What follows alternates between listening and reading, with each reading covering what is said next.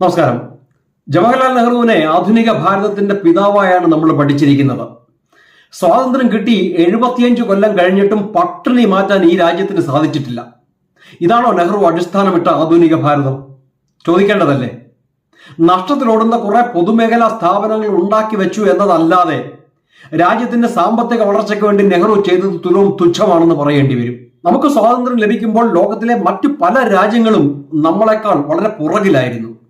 പക്ഷേ വളരെ ചുരുങ്ങിയ കാലം കൊണ്ട് തന്നെ അവരൊക്കെ നമ്മളെക്കാൾ വളരെ മുൻപിലെത്തി. അവരുടെ എയർപോർട്ടുകളും റോഡുകളും മെട്രോയും സിറ്റികളും ഒക്കെ നോക്ക്, എത്ര വൃത്തിയുള്ളതും സൗകര്യപ്രദവുമാണ്. എന്തുകൊണ്ട് നമ്മുടെ സിറ്റികൾ മാത്രം ഇത്ര വൃത്തിഹീനമായിട്ട് കിടക്കുന്നു? 2014 നരേന്ദ്രമോദി അധികാരത്തിൽ വരുന്നതിന് മുമ്പ് വരെ 50 കോടി ജനങ്ങൾക്ക് ഈ രാജ്യത്ത് ടോയ്ലറ്റ് ഇല്ലായിരുന്നു. മെട്രോയിലും ടൗണുകളിലും അടക്കം സകലയിടത്തും റോഡിന്റെ സൈഡിലിരുന്ന് മലമൂത്ര വിസർജനം ചെയ്യുന്നത് നമ്മൾ കണ്ടിട്ടില്ലേ? ഇതൊക്കെ ഒരു ഭരണാധികാരി ചെയ്തു കൊടുക്കേണ്ട അടിസ്ഥാന സൗകര്യങ്ങളല്ലേ?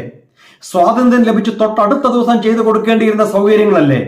ഇതൊന്നുമില്ലാതെ പിന്നെ എന്ത് മോഡേൺ ഇന്ത്യയുടെ അടിസ്ഥാനമാണ് നെഹ്റു ഉണ്ടാക്കിയത്? 65 കൊല്ലം ഈ രാജ്യം ഭരിച്ചിട്ട് ഇതൊന്നും ചെയ്യാൻ കഴിയാത്തവർ സ്വച്ഛ ഭാരതം എന്ന് കേൾക്കുമ്പോൾ നരേന്ദ്രമോദിയെ തെറി വിളിക്കുന്നു. നമ്മുടെ സിറ്റികളിൽ പലയിടത്തും മാലിന്യം മല പോലെ കൂട്ടിയിട്ടിരിക്കുകയായിരുന്നു. നമ്മുടെ റെയിൽവേ സ്റ്റേഷനുകളിൽ മൂക്ക് മൊത്താതെ നടക്കുവാൻ സാധിക്കുമായിരുന്നില്ല. അത് ചൂലെടുത്ത് വൃത്തിയാക്കുവാൻ നരേന്ദ്രമോദി പറഞ്ഞാൽ ഇവിടുത്തെ പ്രതിപക്ഷം അദ്ദേഹത്തിനെ അധിക്ഷേപിക്കുകയാണ്. നിങ്ങൾ യൂറോപ്പിലും അമേരിക്കയിലുമുള്ള സിറ്റികളിൽ പോയി നോക്കൂ. അതൊക്കെ വൃത്തിയും അടിസ്ഥാന സൗകര്യങ്ങളുമുള്ള സിറ്റികളായി മാറിക്കഴിഞ്ഞു. നമ്മുടെ രാജ്യം മാത്രം എന്തുകൊണ്ട് പുറകോട്ട് പോയി എന്ന് നിങ്ങൾ ചിന്തിച്ചിട്ടുണ്ടോ? നമുക്കിവിടെ എല്ലാം ഉണ്ട്. വളരെ വലിയ മാനുഷിക വിഭവം, 140 കോടി ജനത, അതിൽ 70% 30 വയസ്സിന് താഴെയുള്ളവർ, അസാമാന്യമായ തോതിൽ പ്രകൃതി സമ്പത്തുണ്ട് നമുക്ക്, ഉന്നതമായ സാംസ്കാരിക പാരമ്പര്യമുണ്ട് നമുക്ക്, ധാരാളം ഭാഷകൾ, വിവിധങ്ങളായ ധാർമ്മിക ബോധനങ്ങൾ, ഇതെല്ലാം ഉണ്ടായിട്ടും നമ്മൾ എങ്ങനെ പുറകോട്ട് പോയി?